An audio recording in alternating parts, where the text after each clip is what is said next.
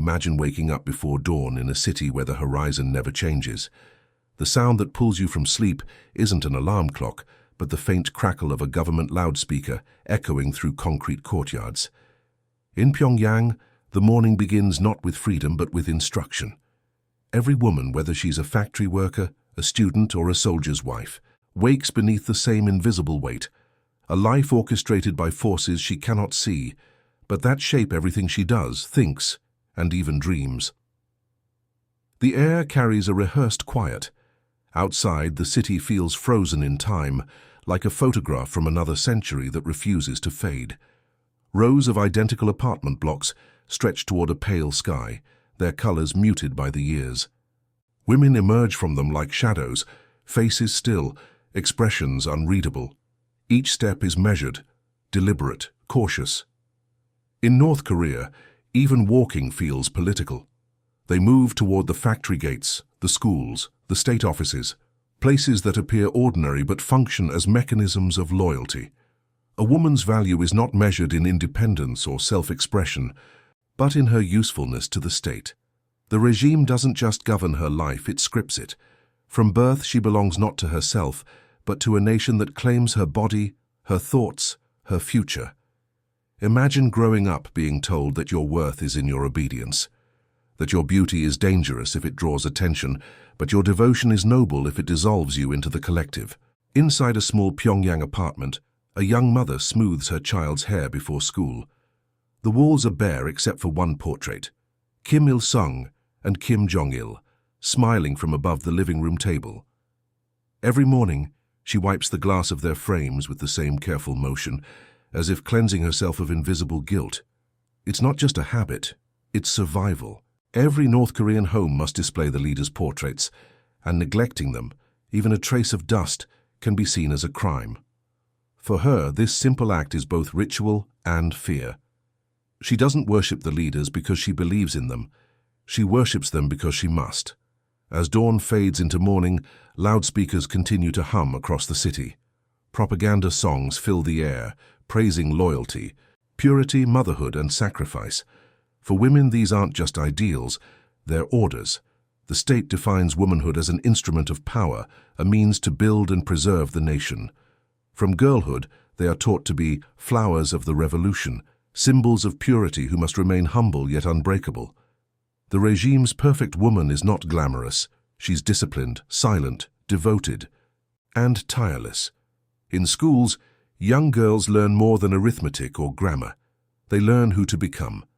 Teachers recite lessons about the great mother Kim Jong-suk, the wife of Kim Il-sung and mother of Kim Jong-il, portrayed as the divine example of womanhood. Her image is everywhere, in murals, songs, and children's textbooks, a saint of sacrifice who carried ammunition through the snow, who never questioned, who died for her family and her nation. In her story lies the unspoken rule for every girl, to serve without hesitation, to endure without complaint. But beneath that silence, another reality hides. Behind the portraits and slogans, women carry burdens the state refuses to see. Hunger, exhaustion, and fear have shaped entire generations. In times of famine, it's the women who bear the quiet suffering. They are the ones who sell whatever they can to feed their children, the ones who walk for hours to find food, the ones who barter in secret markets while pretending those markets don't exist. In the late 1990s, during the arduous march, the famine that killed hundreds of thousands, women became the backbone of survival. While the state distributed propaganda about heroic endurance, mothers were burying their children in unmarked graves. When the government system collapsed, women were the ones who built the hidden one, the Jangmadang, the black markets that still pulse beneath the regime's control today. In these secret markets, they became entrepreneurs, traders, smugglers. They risked imprisonment to trade food, clothes, and foreign goods, everything the regime could not or would not provide. It was women who kept North Korea alive when the state could not, and yet their strength remains invisible. In public, they must still bow to portraits, chant slogans, and perform gratitude. The contradiction is crushing. The same women who sustain the country are denied acknowledgement. Their silence is both armor and cage. If you walk through Pyongyang, you'll see the illusion of order. Women in crisp uniforms, marching in perfect rhythm, faces expressionless beneath the red scarf of the Korean Women's Union. They appear calm, composed, even proud. But look closer. Behind their eyes lies something unspoken. It's not rebellion. Rebellion doesn't survive here, it's memory. Every woman carries her own secret history, carved from small moments of defiance that can never be spoken aloud. Imagine being told who you can marry, what job you can have, what hairstyle is acceptable. Imagine being punished for laughing at the wrong time, for wearing jeans, for listening to a song from the outside world. The North Korean state does not simply demand obedience, it colonizes identity. Every aspect of a woman's existence is regulated through surveillance and expectation. Marriage is not about love, it's about alignment. A man's political class, or songbun, determines his partner's fate as much as his own. A woman of low songbun cannot marry upward. Her past, her relatives, her birthplace all define her social ceiling. For many women, love becomes another risk. To marry the wrong person can mean a lifetime of suspicion, and yet, even within these boundaries, life tries to bloom. Behind closed doors, couples whisper, children laugh, and women share quiet jokes about the absurdities of the state. These moments, small, fragile, forbidden, are their rebellion. The ability to laugh, to dream, to desire, even when watched, that is resistance. But the watching never stops.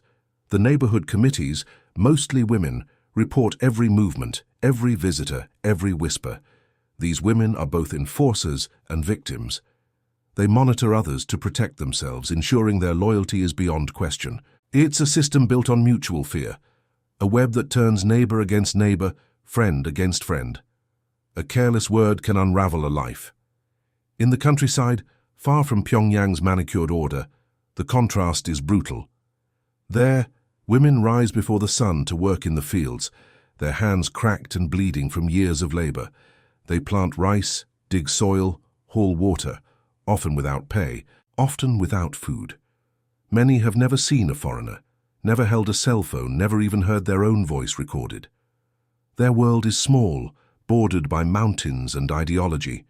The state calls them the daughters of the revolution. But in truth, they are its prisoners. Some were born into families of low status, descendants of farmers or defectors, and thus condemned to a life of labor. Their loyalty will never be enough, no matter how many fields they till or songs they sing. When night falls, the propaganda songs fade, and another sound takes over. The whisper of radios hidden beneath floorboards. Some women secretly listen to broadcasts from South Korea or China, risking everything to hear a world beyond the wall. The voices they hear speak of things they've been taught to hate: freedom, choice, love. For many, those words are intoxicating, but they also bring pain. Once you hear another reality, it's impossible to return to ignorance. The state knows this. That's why possession of foreign media is one of the gravest crimes. Women caught watching South Korean dramas or listening to foreign songs can be sent to labor camps. Some have been executed, but still, they watch, they listen, they imagine. In border towns near China, the illusion of control begins to crack. Women there see lights across the river, real electric lights that don't flicker out after dark. They see the cars, the bridges, the movement. For them, the border is not just a line on a map. It's a wound that never heals. Many have tried to cross it. Most never return. The journey to China is one of desperation. Some flee to feed their families. Others are sold by brokers who promise freedom but deliver exploitation. North Korean women who cross into China often end up in forced marriages or the sex trade. They live in hiding, without legal status, without voice, constantly hunted by Chinese authorities and North Korean agents. Yet even that life, as dangerous as it is, feels freer than the one they left behind. Inside North Korea, beauty itself is suspicious. Makeup, fashion, even posture, all are politicized. The regime tolerates controlled aesthetics only when they serve propaganda. A woman's appearance must project discipline, not individuality. Her clothes should mirror the state's vision of modest perfection. Jeans and dyed hair are signs of corruption, symbols of foreign influence. A woman caught wearing them risks being detained, her hair forcibly cut, her clothes confiscated. The irony is that the elite, the wives and daughters of high-ranking officials, live differently. In secret, they wear imported perfumes, silk dresses, and high heels from China or Europe. They host parties where Western music plays softly behind closed doors. Their privilege is invisible to the rest of the country, hidden behind high walls and coded silence. These women exist in a paradox, protected yet imprisoned by luxury, envied yet never free. For the majority, life is monotony, a rhythm of labor, slogans, and quiet endurance. The days bleed into one another, marked only by the changing seasons and the scarcity of food. Hunger is not an exception. It is a constant companion. A woman might spend hours in line for a few grains of rice, only to be turned away when the supply runs out. She smiles when the loudspeaker praises abundance because she has no choice but to pretend. Children learn early that pretending is survival. They watch their mothers perform obedience and understand that lies are safer than truth. A North Korean girl grows up mastering silence, a silence so deep it becomes instinct. Even her dreams must be careful. Yet within this silence there is still humanity. Women whisper songs to their children, tell stories about the sea, about the stars, symbols of freedom they can't name but still feel. They find beauty in fragments, a piece of fabric from China, a photograph smuggled from the south, a word overheard in a foreign tongue. These fragments become their treasures, reminders that life can be more than endurance. Imagine being one of them, walking home at night beneath the dim orange glow of the city's lamps. The streets are nearly empty. Soldiers stand on corners, their silhouettes rigid. The sky above is clear, vast, unknowable. You think of the sea beyond the mountains, the cities beyond the border, the women beyond this life, women who can choose. Speak, Wanda. You've never met them, but you envy them like ghosts. You wonder what your own voice would sound like if you weren't afraid to use it. That thought, that fleeting sense of what if, is the regime's greatest fear. Because once a woman begins to imagine, control begins to fade. That's why the system works so hard to smother imagination before it blooms. Propaganda fills every silence, loudspeakers replace thought, and fear becomes routine. But beneath that surface, inside millions of minds, something quietly endures. The longing for choice, the ache for authenticity, the memory of a self that might have been. As night deepens, the loudspeakers fall silent, and Pyongyang's lights dim one by one. From above, the city looks peaceful, an island of order surrounded by darkness. But that peace is an illusion. Inside those identical apartments, behind those curtainless windows, women lie awake listening to the hum of electricity, wondering if tomorrow will be any different. Most know it won't, yet hope, no matter how faint, refuses to die. And that's the paradox of North Korean womanhood. Obedience on the surface, endurance beneath it. The world sees only the parades, the synchronized smiles, the polished uniforms, but behind those smiles are stories of survival, sacrifice, and unspoken rebellion. Every woman in North Korea lives two lives, the one the regime allows and the one she keeps hidden deep inside, where even fear cannot reach.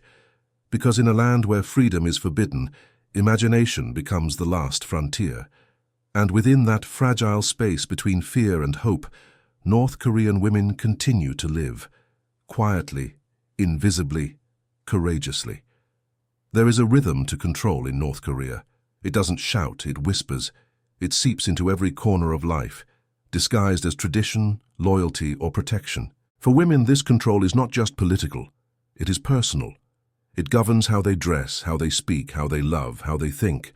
To live as a woman in North Korea is to be watched from every angle, by the state, by neighbors, by men, by history itself. You are never alone, even in silence, especially in silence. The control begins before birth. When a child is conceived, her fate is already shaped by the songbun system, a rigid hierarchy that classifies every citizen by their family's political loyalty. It's not written in any public record, yet it dictates everything: where you live, where you work, who you marry, what you eat. If a woman's grandfather once fought against the Kim family or fled to the south, she will carry that stain for generations. Her children too, her grandchildren. There is no escape. Even death doesn't erase Songbun, it haunts the living. In this invisible caste system, women inherit silence as both duty and curse. If their status is low, they're assigned to hard labor in the countryside or factories. If their status is high, they're expected to represent the ideal of socialist womanhood, graceful, obedient, ideologically pure. Either way, they belong to the same mechanism. The state needs their bodies, to work, to reproduce, to display, but it doesn't need their voices. On the surface, the regime celebrates women as pillars of the nation. Posters show smiling mothers carrying babies wrapped in the red of the revolution. They are praised as the flowers of Hooche, the self-reliant ideology that defines North Korea. But behind these images lies a darker truth. Motherhood in the DPRK is not a choice, it's a command. Women are expected to give birth to loyal citizens, to raise them as soldiers and laborers. Their wombs are national property. Government propaganda glorifies fertility, depicting mothers as sacred instruments of the revolution. Yet the same state that worships motherhood denies women the basic means to survive it. Hospitals lack painkillers, sterile equipment, even running water. Mothers give birth on metal tables under portraits of Kim Il-sung, often without anesthesia. Many bleed in silence, told that pain is patriotic. If a child dies, the mother must not cry publicly. Grief is seen as weakness, a lack of ideological strength. The child belongs to the state, they're reminded. Mourning privately is permitted, mourning visibly is not. Even death must be loyal. Control extends into love, or rather, its absence. Romance in North Korea is not forbidden, but it is monitored.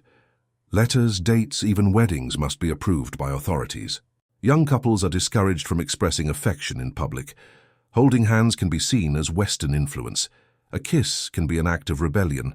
The state prefers marriages that reinforce loyalty. Workers with good political records are paired together. Soldiers marry nurses or teachers who've proven devotion to the party. In rural areas, matchmakers act as extensions of the regime, ensuring that unions maintain ideological purity. Women often marry not out of choice but out of strategy. Aligning with a man of higher Songbun might mean a better apartment, safer rations, or a future for their children. Love in such a world becomes transactional, a survival tactic disguised as romance. But love still finds cracks to bloom through. Smuggled letters, secret meetings at riversides, whispers beneath streetlights. Every small act of affection carries danger and meaning. For women, these moments are precious, not because they defy power, but because they prove that power hasn't erased humanity. Then comes marriage, and with it, submission. In a deeply patriarchal society, reinforced by state ideology, women are expected to serve both husband and party. Domestic abuse is widespread but rarely acknowledged. The police, when called, often dismiss it as family discipline. Divorce is technically legal but socially condemned, especially for women. Those who try to leave abusive marriages are often ostracized or reported to the authorities. Even language reinforces control. In public speeches, the leaders are always referred to as father. The nation itself is a family, and within it women are children, dependent, grateful, silent. This infantilization is psychological conditioning. It ensures that obedience feels natural, even maternal. The leader is not just ruler, he is caretaker. To disobey him is to betray the family. In Pyongyang, women are often assigned to official organizations that maintain this order: the Socialist Women's Union, the Korean Democratic Women's League. On paper, these groups promote education, hygiene, and moral discipline. In reality, they're surveillance networks. Meetings are mandatory. Attendance is recorded. Members must report on one another's behavior: who skipped a rally, who looked tired during a speech, who smiled too much at the wrong time. One woman's misstep can endanger an entire family. That's why fear becomes ritual. Women practice caution like prayer, lowering their gaze, measuring every word, offering compliments that double as protection. Praise is currency here. Silence is insurance. The daily routines of women reflect this quiet discipline. At dawn, they clean the portraits of the leaders. At work, they sing revolutionary songs. At noon, they listen to state broadcasts. At night, they study ideological texts. Life becomes choreography, precise, repetitive, exhausting. It leaves no space for individuality, and that's the point. Still, beneath that order, small rebellions persist. A smuggled lipstick from China, a forbidden book passed between hands, a secret diary hidden behind a wall panel. These are not protests, they're whispers of identity. For women, these acts are revolutionary, not because they aim to overthrow the state, but because they remind them that they exist beyond it. But defiance carries risk. The punishment for moral corruption, a vague term covering everything from premarital sex to watching foreign media, can mean imprisonment in a kiyowaso, a re-education camp. In these places, women are stripped of humanity and forced into labor. They break rocks, sew uniforms, or harvest crops for up to 16 hours a day. Food is scarce, beatings routine. Pregnant women are often forced to abort their babies, especially if the father is foreign. Some have been executed for hiding pregnancies from Chinese men. The logic is brutal. Purity of the race, purity of the ideology, purity of control. Those who survive return broken, their bodies weakened, their spirits hollowed out. But the regime never apologizes. It doesn't need to. It owns every narrative, every version of truth. When these women return home, they are told that their suffering was necessary correction. Families, terrified of association, often reject them. The shame becomes another prison. Yet even within this darkness, there are stories of extraordinary courage. Women who risked everything to help others, smuggling food to starving neighbors, sheltering fugitives, whispering forbidden truths to their children. In North Korea, heroism is not about fighting the regime. It's about remaining human under it. In cities like Chongjin and Hyesan, near the Chinese border, women built an underground economy when the official one collapsed. The Jangmadang markets became their domain. They sold rice, homemade clothes, and smuggled goods. They learned how to bribe officials, how to cross the line between legal and illegal without being caught. They became the invisible spine of the country's survival, the entrepreneurs of necessity. But with survival came suspicion.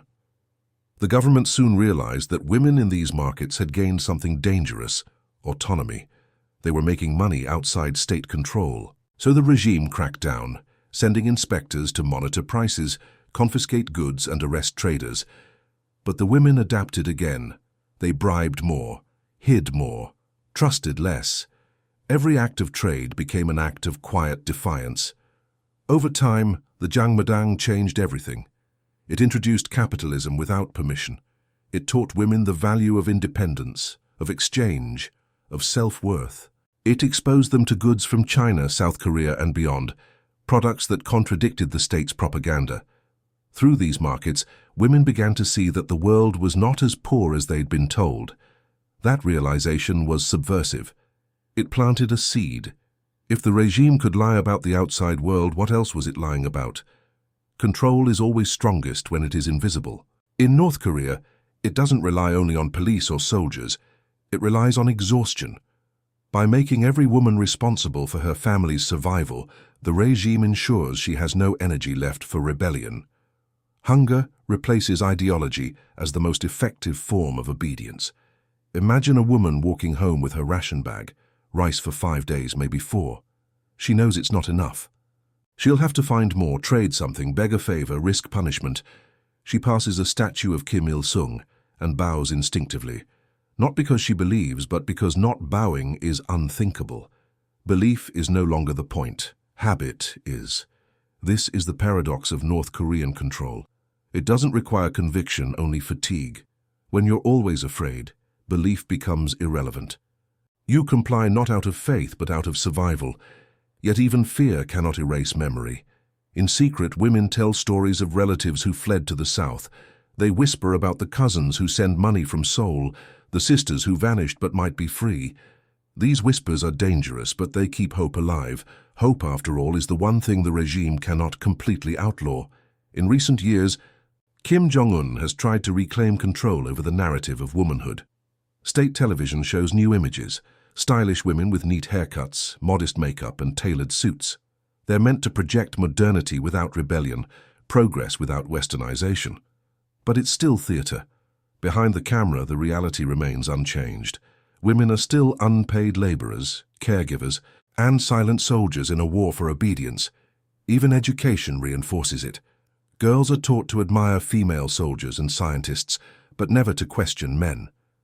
Textbooks describe women as mothers of the nation, not leaders of it. In classrooms, curiosity is not rewarded, it's punished. To ask too many questions is to reveal doubt, and doubt is a luxury only the powerful can afford.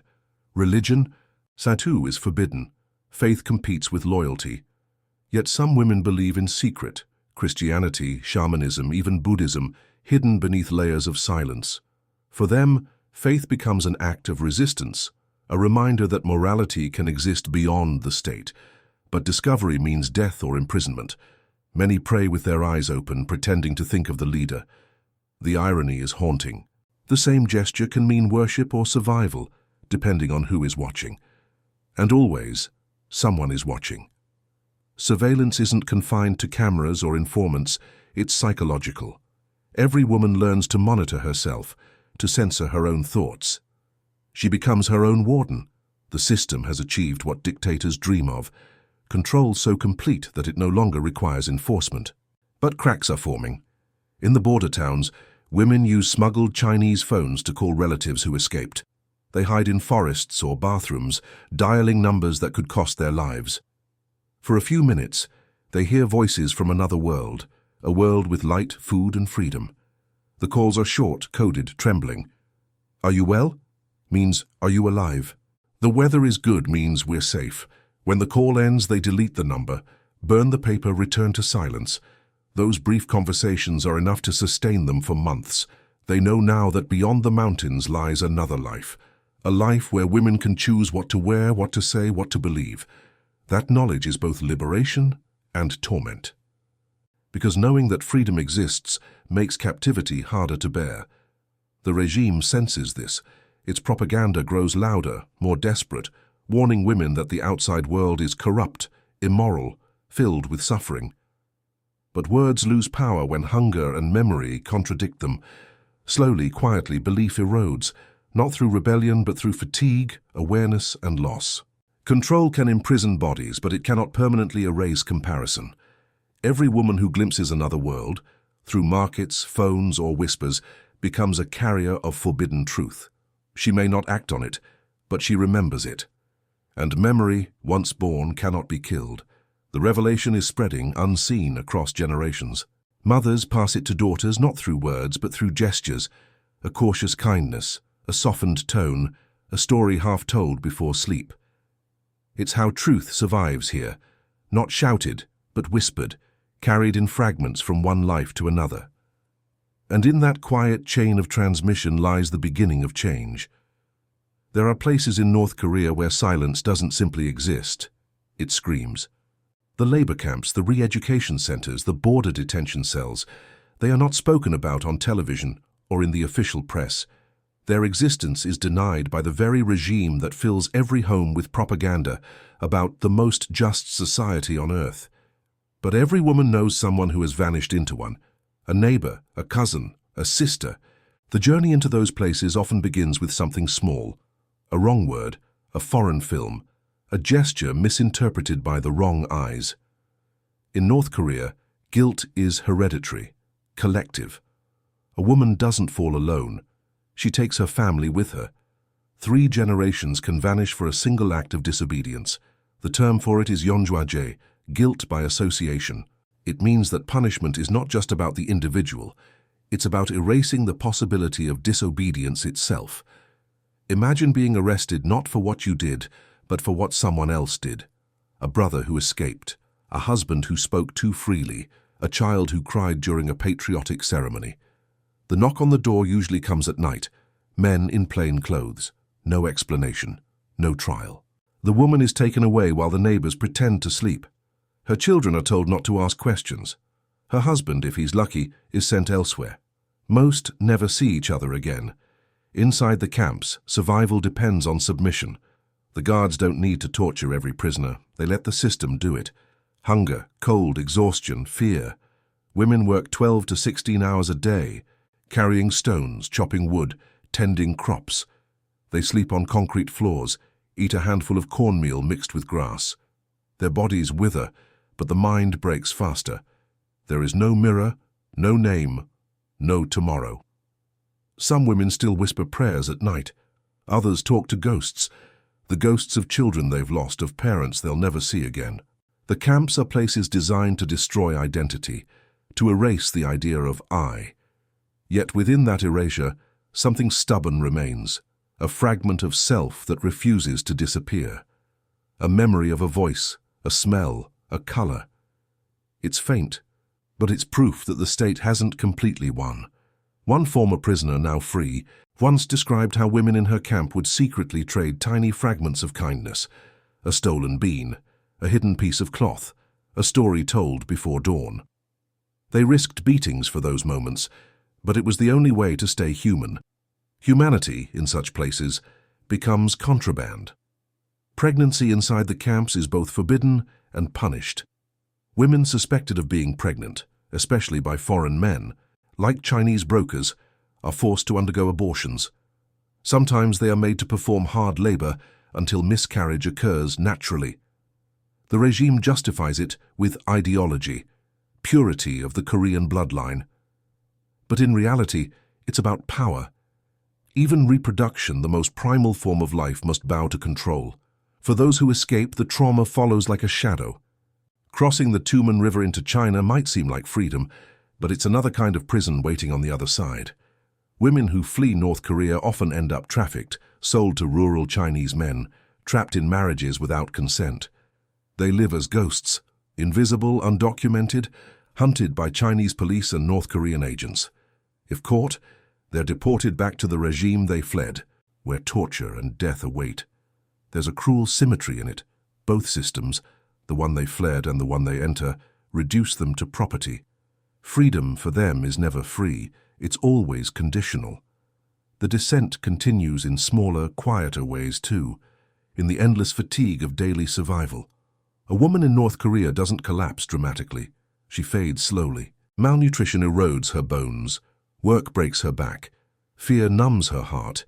Yet she keeps moving because to stop is to die. There's a village near Hamhung where women wake at 4 a.m. to fetch water from a frozen well. They carry buckets through the dark, balancing them on their heads.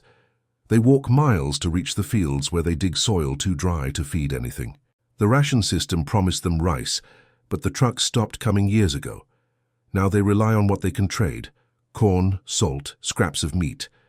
Every day is a negotiation between hunger and hope. One of them, an old woman with a scar across her cheek, still remembers her daughter, who disappeared 15 years ago after being accused of listening to a South Korean song. She doesn't know if the girl is alive.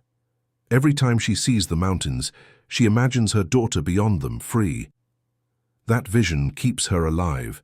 Not faith, not ideology, but longing. The North Korean state understands this longing, and it manipulates it with precision.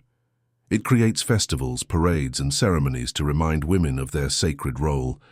They are told they are the heart of the revolution, the moral foundation of the nation. They march in synchronized steps, their faces painted with perfect smiles.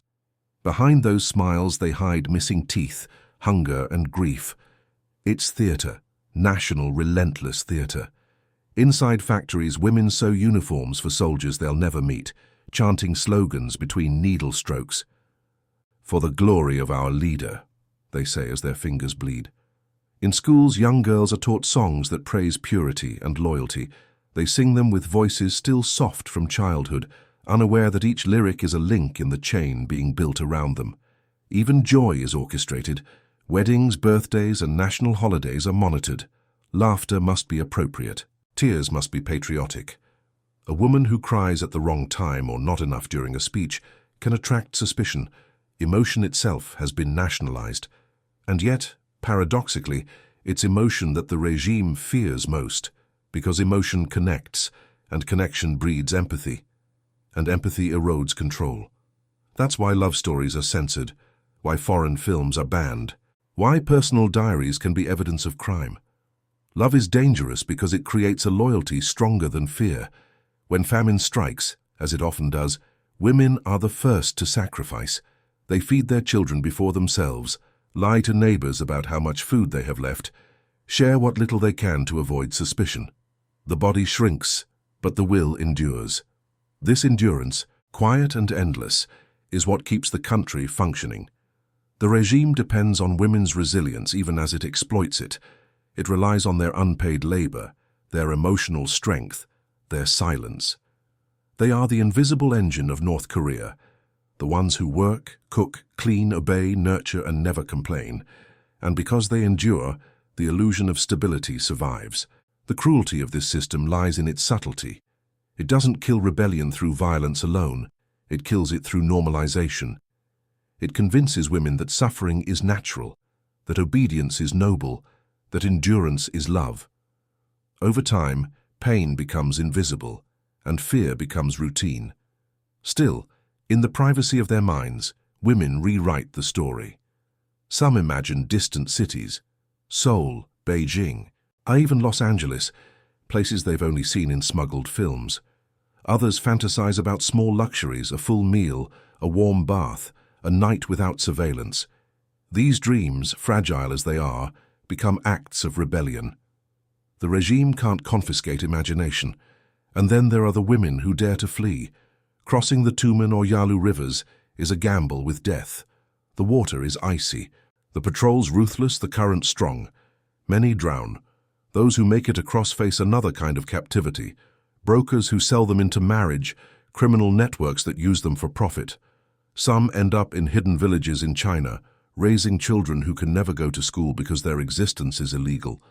For these women, freedom becomes fragmented. They live between worlds, unable to return, unable to belong. They spend years looking over their shoulders, haunted by both sides of the border. The trauma never leaves. It only changes form. But even among the exiled, the silence persists. Many cannot speak of what they endured. Shame binds their tongues. They were taught from birth that to talk about pain is to betray the nation. Even in safety, that conditioning remains.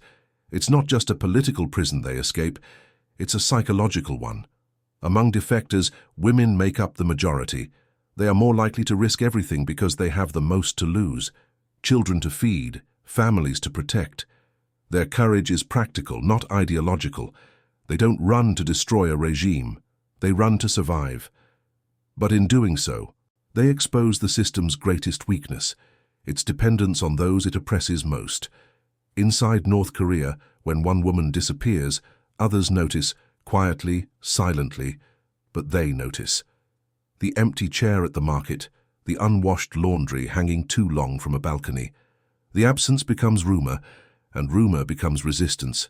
Even without words, people begin to sense the cracks in the system.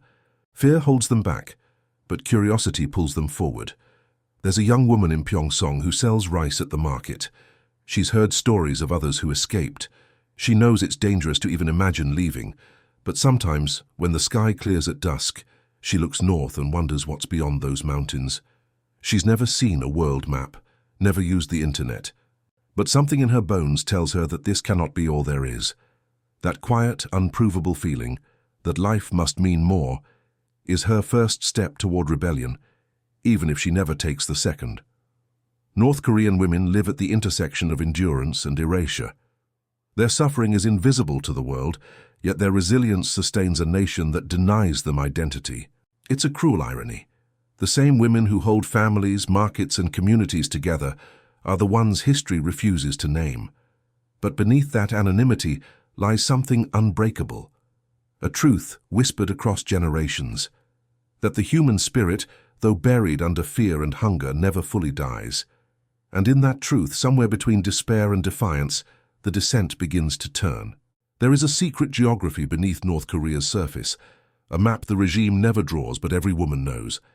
It stretches from the black markets hidden behind train stations to the shadow corridors of Pyongyang's elite compounds, from border villages where whispers cross the river to government offices where silence is law. To understand life as a woman here, you must look beyond the parades and the propaganda. You must see what the cameras never do, the parallel country that exists beneath the official one. At first glance, Pyongyang seems immaculate. Streets swept, flowers blooming, uniforms spotless. Women in matching heels and navy skirts move in perfect synchronization, faces frozen in polite smiles. But this is choreography, a national performance for foreign visitors and local pride. What lies beyond the facade is a divided nation, one part theater, one part survival.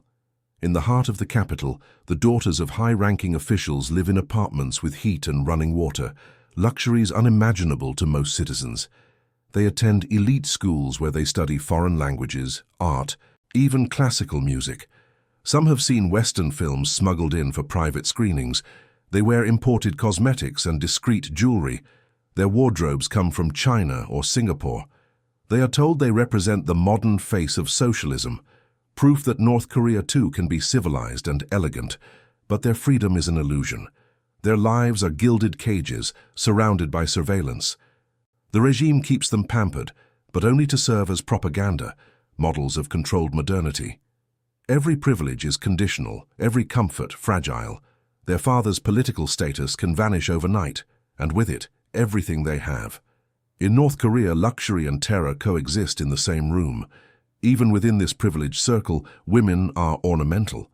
They exist to beautify the revolution, not to question it. A daughter may be educated abroad, Switzerland, sometimes Beijing, but she will return, marry a chosen man, and disappear into the hierarchy's closed ecosystem. Her life will look effortless, but beneath it lies a constant fear. The fear of being watched, of saying the wrong thing, of losing everything because someone above decided she no longer fits the image. And then, beyond the capital, lies the other North Korea, the one of dust and hunger. In towns like Hyesan, Chongjin, and Sinuiju, the women who built the Jangmadang markets now rule invisible empires. They are the real merchants of survival. Their faces are sunburned, their hands calloused, their bodies weary. Yet they are sharper, more resourceful, more alive than any official portrait in Pyongyang could ever show. The Jangmadang markets are more than places of trade. They are arteries of truth. Here, women sell Chinese fabrics, South Korean cosmetics, USB drives filled with foreign dramas. The goods travel hidden in sacks of rice or smuggled across rivers at night. Each item carries a forbidden story, a glimpse of another world, a lipstick shade that suggests self-expression, a melodrama that shows a woman choosing her own love, a song that speaks of freedom. To outsiders, these seem trivial, but in a country built on control, even color becomes subversive. For women traders, every day is a negotiation with power. Police arrive demanding bribes, officials confiscate goods, soldiers harass them for favors. But the women adapt. They form networks, share information, warn each other of raids. The Jangmadang has created its own unwritten laws, enforced not by ideology, but by trust. Over time, these markets have become the most powerful economic force in the country, unplanned, unofficial, unstoppable. And though the regime pretends to tolerate them, it fears them deeply, because the markets have taught women something dangerous, that they can survive without the state, that they can make money, connections, and decisions independent of the party. That, in small but irreversible ways, they are free. Freedom in North Korea rarely announces itself. It appears in fragments, a glance, a trade, a secret. Women learn to hide their autonomy behind gestures of obedience. Fair trader bows deeply to a police officer, while slipping a bribe into his palm. A wife praises the leader while secretly listening to a South Korean ballad under her pillow. These contradictions are not hypocrisy, they are strategy. In a land of surveillance, truth must wear masks. The smuggled USB drives carry more than entertainment. They carry revelation. Through South Korean dramas, women see kitchens filled with food, streets lit at night, husbands who apologize, daughters who choose their own paths. For the first time, they see women laughing freely, not staged for the revolution, but for themselves. These images don't just entertain, they wound. They show what's missing. They awaken comparison, and comparison is the first crack in belief. The state tries to fight this infiltration, Propaganda warns that South Korean media will rot the purity of women's hearts. Inspections intensify. Agents search homes for illegal electronics, checking the warmth of televisions to see if they were recently used. Punishments grow harsher, yet the demand only grows. Because once a woman sees another life, no punishment can unsee it. There are also darker secrets, ones the regime hides not in shame but in calculation. The system of control extends even into sexuality. In elite military and government circles, women are sometimes selected for the pleasure squads, units of young girls trained to entertain high-ranking officials. Chosen from schools, often under the guise of patriotic service, these women are taught music, dance, and obedience. They are told it is an honor to serve the leader's inner circle. Few ever return to normal life. Many vanish after years of silence. Some are married off to loyal officers, others are erased. For the women involved, the cost is unspeakable.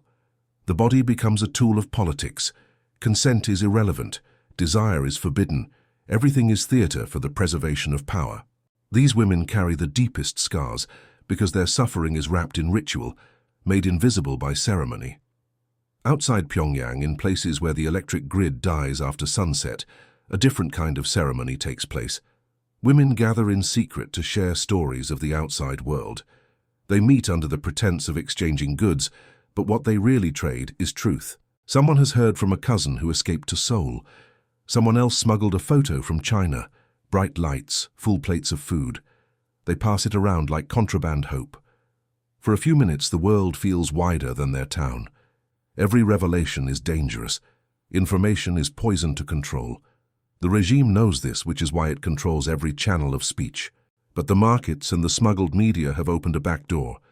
They are North Korea's quiet internet, a web of whispers that spreads without cables, carried by trust and hunger. Even the elite are not immune. There are reports, whispered among defectors, that some high-ranking families secretly watch the same banned dramas they publicly condemn. That generals' wives wear imported perfumes, hidden under state-approved labels.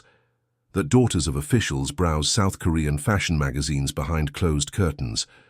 The hypocrisy is known, but never spoken. Everyone performs loyalty while privately consuming rebellion. It's an open secret that binds the system together, a collective lie everyone depends on. The exposure is gradual, but irreversible. Once a woman might have believed that North Korea was the center of the world. Now she knows it's a corner. Once she believed the leader was divine. Now she knows he is mortal. Once she thought obedience was survival. Now she understands that silence is death in slow motion. Still, knowledge doesn't guarantee escape. The walls of the regime are not just physical, they are psychological. Women who discover the truth must carry it in secret, unable to share it even with their children. A single careless word could destroy a family.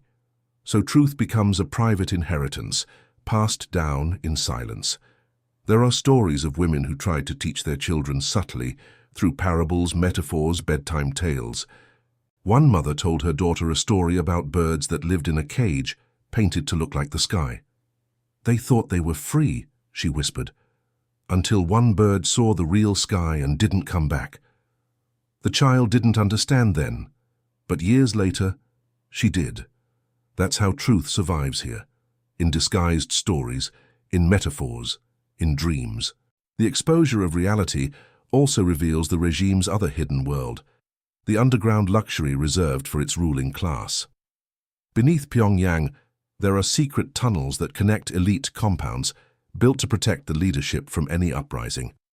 Inside, there are banquet halls, wine cellars, and even karaoke rooms filled with imported equipment. Foreign alcohol flows while the rest of the country starves. Women from trusted families are recruited to serve these secret gatherings, trained to smile, to pour, to vanish. They live in a strange limbo, witnesses to power, prisoners of privilege. Some defectors speak of the shadow palaces outside Pyongyang, villas along lakes and forests where officials retreat. The women who work there are forbidden from speaking to outsiders. Their movements are monitored, their families kept as collateral. If they displease their masters, they disappear quietly. It's this duality, the starving villages and the secret banquets, that defines the hidden structure of North Korean life, and it is women who bridge the two. They carry food to the hungry and serve wine to the powerful. They are the unseen backbone of both worlds, yet belong fully to neither. Foreign diplomats and journalists who visit Pyongyang sometimes marvel at the women who guide them. Elegant, fluent, poised. They assume these women are free professionals. In truth, every guide is a state employee, trained in behavior as much as language. Their smiles are rehearsed. Their conversations are scripted. Behind the friendliness lies constant fear. One wrong word, one misunderstood gesture could be reported. When they return home after escorting foreigners, their apartments are searched, their families questioned. To survive such contradictions requires extraordinary psychological strength. North Korean women live in permanent performance, their identities split between what they feel and what they must appear to be. This duality, the visible and the invisible, the loyal and the longing, is not weakness. It's strategy. It's the art of living unseen. But the cracks keep widening. The flow of information grows faster than repression. USB drives become smaller, easier to hide. Traders learn new routes. Families near the border use coded messages to communicate with relatives in China or Seoul. There are even whispers of women teaching their daughters words in secret. English, Chinese, the language of escape. The future, however fragile, is learning new tongues, and yet exposure brings pain. Knowing freedom exists doesn't make it reachable. It turns daily life into torment, a constant awareness of what is lost, what can never be had. For many women, the greatest punishment is not hunger or fear, but memory. Memory of what they've seen, what they've imagined, what they can never unsee. Still, in this collision between illusion and truth, a transformation is happening, quiet, patient, unstoppable. Every woman who trades at the Jangmadang, who hides a USB drive, who whispers a story, is rewriting the country from beneath. They are dismantling the myth not through revolution, but through persistence. The system may not collapse tomorrow, or even in a decade, but it's already bleeding, from within, through them. The regime still projects invincibility, but it cannot silence what it cannot fully see. The real power of North Korea's women is not in rebellion, but in endurance. In a land where every act is watched, endurance itself becomes subversive. They have learned to survive every version of darkness, famine, fear, silence, and truth. They've learned to wear obedience like armor, to smile while suffering, to hide hope in plain sight. And in doing so, they've built a resistance so subtle it escapes even the eyes of tyranny. This is the exposure no regime can contain, the exposure of humanity itself, because once it's seen, it never disappears. There is a silence that falls over North Korea at night, a silence so complete it feels like the country itself is holding its breath. The loudspeakers go quiet, the streets empty, and even the wind seems careful not to make a sound. For the women who live within those borders, that silence is both a sanctuary and a warning. It's the only time of day when the state isn't speaking to them, and yet, even then, it's listening. Imagine standing at a window in Pyongyang. Below you, the city is dark except for the faint glow of the Juche Tower across the Taedong River. Its red flame flickers weakly, like a candle that refuses to die. Somewhere in that darkness, a woman presses her forehead against the cold glass and stares into the void beyond the river. She doesn't know what lies outside. She's never seen it, but she feels it. A world not defined by slogans, a life not choreographed by fear. The reflection in the glass shows her face, but it also shows the one she might have had, the woman she could have become if she'd been born elsewhere. That image, that haunting contrast between what is and what might be, is the quiet truth at the heart of every North Korean woman's life. For decades, the regime has tried to erase individuality, to turn people into mirrors reflecting only the leader's light. But mirrors, if you look close enough, always show cracks. And within those cracks lies something indestructible: memory, feeling, soul. North Korean women have learned to survive inside those cracks. Their strength isn't loud, because loudness would be fatal. It's quiet, steady, deliberate, like a heartbeat that refuses to stop no matter how tight the hand around it. In the countryside, Mothers still hum lullabies their grandmothers once sang, songs older than the regime itself. They rock their children to sleep under portraits of leaders they don't believe in, whispering promises they can't keep. Someday, they murmur, someday you'll see the sea. To a North Korean child, even the sea is myth. It's talked about in geography lessons, but few ever reach it. For most, freedom is not a word, it's a rumor. And yet there are moments, small invisible moments, and when something shifts. A girl in a remote town reads the label on a Chinese candy wrapper and wonders why her textbooks never mentioned that other languages exist. A young mother in a market overhears a smuggler talking about Seoul and realizes for the first time that her country might not be the paradise she's been told it is. A factory worker catches a glimpse of her reflection in a foreign mirror and sees herself differently, and not as a citizen but as a person. Each of these moments is a crack in the wall, small, fleeting, but cumulative. The state can seal borders, confiscate radios, execute defectors, but it cannot stop imagination from spreading. Imagination moves like smoke, unseen, unstoppable, rising through every gap the regime forgot to close. For the outside world, North Korea often appears as a single frozen image: parades, soldiers, missiles, and propaganda. But beneath that surface is a human landscape as complex as any other. There are women who love, who mourn, who laugh, who dream. Women who are neither victims nor villains, but survivors of a system that demands both compliance and denial. The truth is that life here is not just one thing. It's not constant terror or total despair. It's everything at once: monotony, fear, tenderness, exhaustion, faith. To understand it, you must see beyond the extremes and into the quiet middle where most lives actually unfold.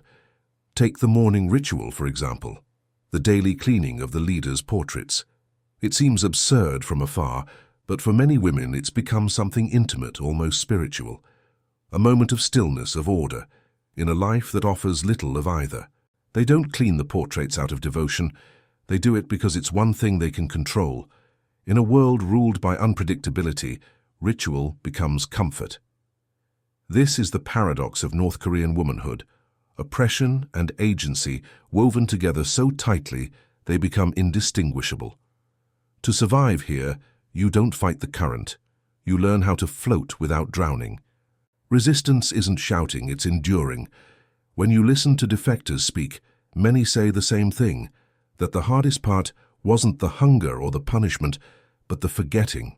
Forgetting who they were allowed to be, forgetting what laughter without fear felt like, forgetting how to dream without permission. For women especially, that forgetting is inherited. They pass it on to daughters the way other mothers pass down recipes or songs. But in recent years, something new has begun to replace it: remembrance. Remembrance that there was once a time before the regime. Remembrance that other women in other countries live differently. Remembrance that humanity is larger than ideology. It's not a revolution of slogans or armies, but of memory, slow, intimate, unstoppable. Outside the country, the world debates sanctions, diplomacy, nuclear threats. But inside, the quiet revolution belongs to women. They are the ones holding the country together, even as it collapses. They are the ones who smuggle food, share knowledge, trade goods, nurture life in a place designed for control. Their resistance doesn't come with banners or protests. It comes with endurance, with the simple, profound act of continuing to live. There is an image that returns again and again in testimonies: a woman standing by a frozen river, staring at the lights across the border in China. On one side, darkness; on the other, color. Between them, a strip of water that could kill her or save her. She hesitates, breathes, steps forward. Every defector's story begins in that moment of hesitation, the second when fear becomes smaller than hope. But for every woman who crosses, there are hundreds who stay.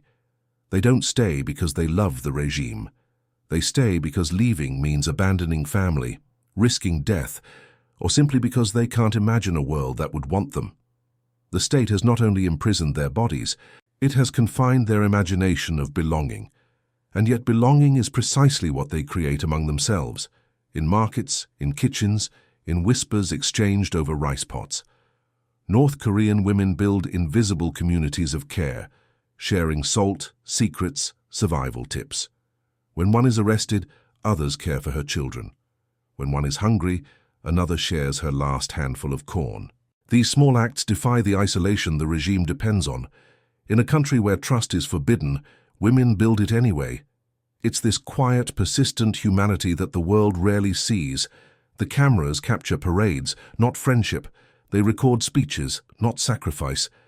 But every bowl of rice shared in secret is an act of rebellion. Every mother who teaches her child kindness in a culture of fear is changing the country from within. When you talk to women who have escaped, they describe the same paradox, that freedom, when it finally comes, feels unbearable at first. The noise of cities, the choices in stores, the absence of fear, all of it overwhelming. They describe feeling hollow, as if the silence they carried for so long had followed them across the border. One woman said she couldn't sleep for months after arriving in South Korea because the darkness there was too peaceful. No footsteps, no loudspeakers, no orders. Just stillness. And she realized that freedom too can be frightening when you've never known it. Many never fully adapt. They send money home.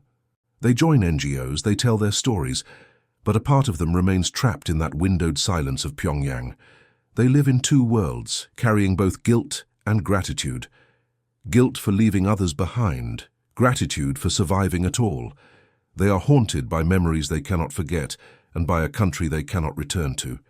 The world often asks why North Koreans don't rise up. Why don't they rebel? Why don't they fight back? The answer is both simple and devastating. Because rebellion here means extinction. Because the regime doesn't only punish the rebel, it erases her bloodline. Because every woman who's ever thought of shouting has already calculated the price, and the price is everyone she loves. And so they resist differently, through patience, through kindness, through survival. The revolution, if it ever comes, will not begin with violence. It will begin with truth whispered from mother to daughter, across kitchens and courtyards, through lullabies and market stalls. It will begin in the same quiet that the regime mistakes for obedience. Someday the loudspeakers will fall silent. Someday the portraits will come down. And when that day comes, it won't be the generals or politicians who rebuild what's left. It will be the women, the same women who cleaned the portraits, who fed the children, who buried the dead, who kept the country alive while pretending to worship the men who destroyed it. History has always overlooked them, but when the dust settles, they will be the only ones still standing. And what of the women who never make it out? The ones still washing rice in cold water, still wiping portraits, still bowing at monuments they no longer believe in. Their stories matter too, because survival in silence is still defiance, because endurance under oppression is still resistance, because to remain human in a place designed to erase humanity is the most radical act of all. As dawn returns, the city begins to stir again. Loudspeakers crackle to life. The same song, the same words, the same lies. The woman at the window closes her eyes, straightens her back, and prepares for another day. The reflection of the Yush flame flickers in her eyes, but this time it looks different, smaller, weaker.